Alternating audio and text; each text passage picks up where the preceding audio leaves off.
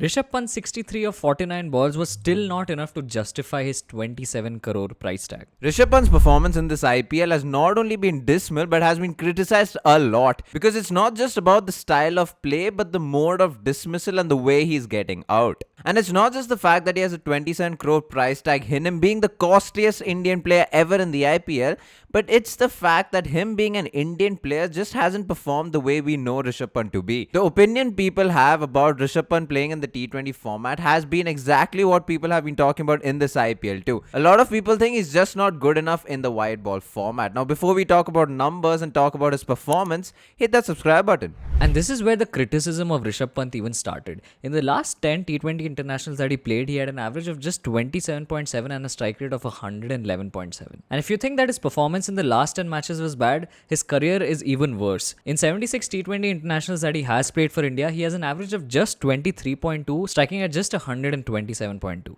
His highest has been a score of 65 not out, and he's predominantly batted at number 4 for the Indian team in T20 internationals. Contrast that to the T20 matches that Rishabh Pant plays, which includes the Indian games as well as the IPL as well as the matches that he plays for his state, and it's a completely different picture. Here Rishabh Pant has played 209 matches with a decent average of 31.2, and he also strikes much better here with a strike rate of 143. What makes it all the more impressive is the fact that he's played 209 games and his record is still so much better than it is in international cricket. Now, when you look at Rishabh Pant's stats in the IPL alone, he has an average of 34.2 and strikes at 147. When you compare Rishabh Pant's IPL numbers to the international numbers, it really looks like they're two different batters. Now, even when you look at the yearly average and strike rate of Rishabh Pant in the IPL, it continues to be impressive. Except for 2016, every year since, he's crossed the 300 run mark in the IPL. Not only that, but in the last 6 years, he's averaged 30 plus in every season of the IPL. And apart from 2020 and 21, he's had a strike rate of 150 plus every season. Coming back, however, to the IPL of 2025, Rishabh Pant's year has been an absolute struggle in this format.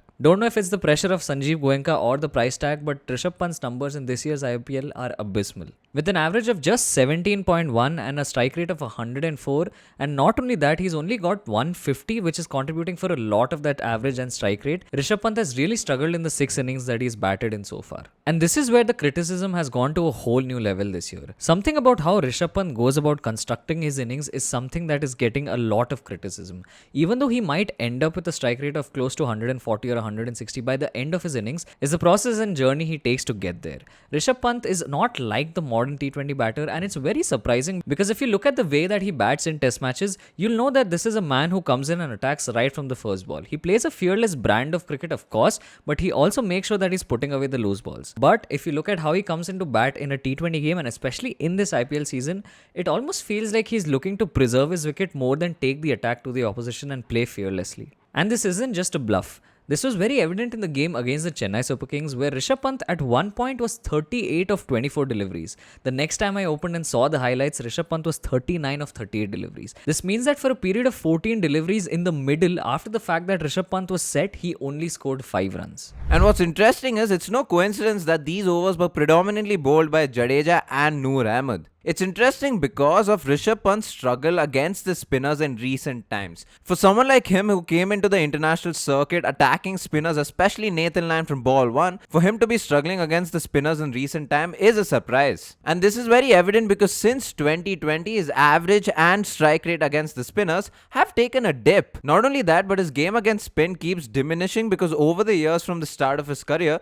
the dot ball percentage has only increased. Overall, since 2020, he's had an average of 29 against the spinners, which is decent enough, but the problem lies in the strike rate. He's only striking at 116 against the spinners. And it's not just any kind of spinners. Of course, he does struggle against the right arm spinners too, but predominantly it's the left arm spinners that really trouble him. Since 2020, if you look at his average against any other kind of bowler, he averages around the mid-20s, but then when you look at his average against left arm spinners, his average is only 6. It's in the single digits. Now, when you look at Rishabh Pant against the left-arm spinners over the years, his averages have always been up and down. But what is interesting, his strike rate against the left-arm spinners has been terrible. Not once has he struck at more than 120 since 2021 against the left-arm spinners. But it's not just this. It's the fact that his dot ball percentage has increased a lot since 2021. In 2020, he had a dot ball percentage of 20 against the left-arm spinners, whereas in 2024, he had a dot ball percentage of 40%.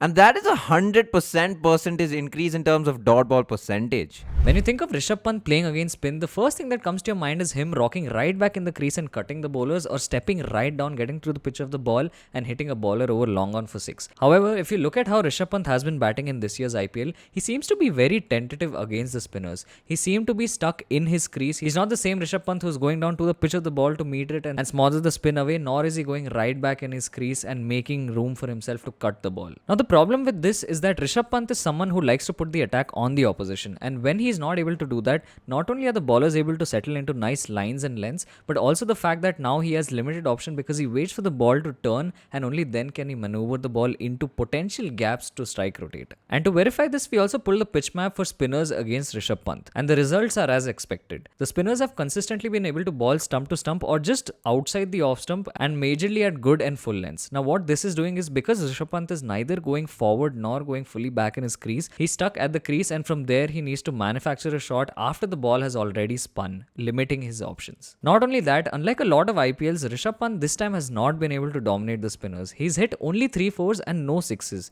Even in the 3 fours that he has hit, couple of them are deliveries that are way outside the off stump, allowing him to free his arms, and the one that is on the leg stump is on his pads. Now, another important thing to look at is if Rishabh Pant is actually struggling to rotate strike or if this is just something that we've made up. Along with this pitch map, another important thing that we also took note of is Rishabh Pant's non-boundary strike rate. Now, we've also covered this in previous videos, but what non-boundary strike rate means is the strike rate of a batter in all the deliveries where he's not hitting a boundary. Now, usually for good batters and players who are consistently good at rotating the strike, this number would be somewhere between 75 and 80. However, this is not true for the case of Rishabh Pant. While he has a decent non-boundary strike rate of 66.3, because of the fact that he's not actually hitting a lot of boundaries against the spinners, the fact that this number is kind of low, especially because he's coming in the middle order, makes it a lot more concerning for his batting. In fact, this year in particular, he's really struggled against the spinners with a dot ball percentage of 50%. And this means that every second delivery that you're bowling as a spinner to Rishabh Pant, you expect it to be a dot ball. Even his balls per boundary ratio is horrendous against the spinners, with him being able to hit a boundary only once every 13.3 deliveries.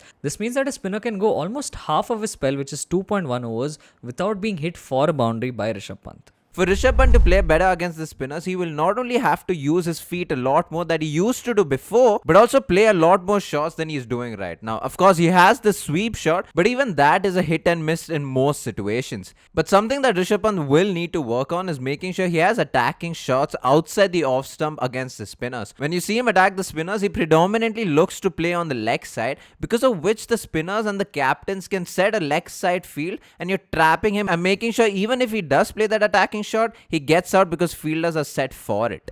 And this is where we come to addressing the title of the video itself, the fact that Rishabh Pant might never play T20 cricket for India again. Even if we compare Rishabh Pant to just the current crop of batters that are playing in this year's IPL, specifically speaking the wicketkeepers who are batting in the middle order, you have the likes of KL Rahul, Dhruv Jurel and Jitesh Sharma as the prime competitors for Pant. And we're not going to be considering Sanju Samson for this comparison because he's primarily become an opener now and he is already a wicketkeeper in the Indian team. The first player we have to look at is KL Rahul. And now I know a lot of people are going to say that KL Rahul predominantly is a batter who can keep, but just for the sake of this comparison, you also know that if KL Rahul were to make a comeback in that T20 setup, he will be coming as a batter who can keep. Keeping all of this in mind and looking at KL Rahul's stats, even from just 2020 in the IPL, he's had an outstanding record. Every season, barring just a couple, he scored 600 plus runs with a strike rate in excess of 130 in most of these cases. Now, of course, there's been criticism on KL Rahul's strike rate, but even if he never upped his strike rate, he would still be at par with Rishabh Pant. And from there, we move to what has changed for KL Rahul this season, and that's the fact that he's now striking at 163.9. And even from there, for the sake of comparison, if you want to narrow it down to how KL Rahul plays against the spinners, because of the fact that he's usually coming in at number 4 this IPL, his numbers are still much better than Rishabh Pant. Here's a man who's had a dot ball percentage reaching 30 just once against the spinners since 2020. And overall, by virtue of strike rate, KL Rahul just has a strike rate of 121 against the spinners,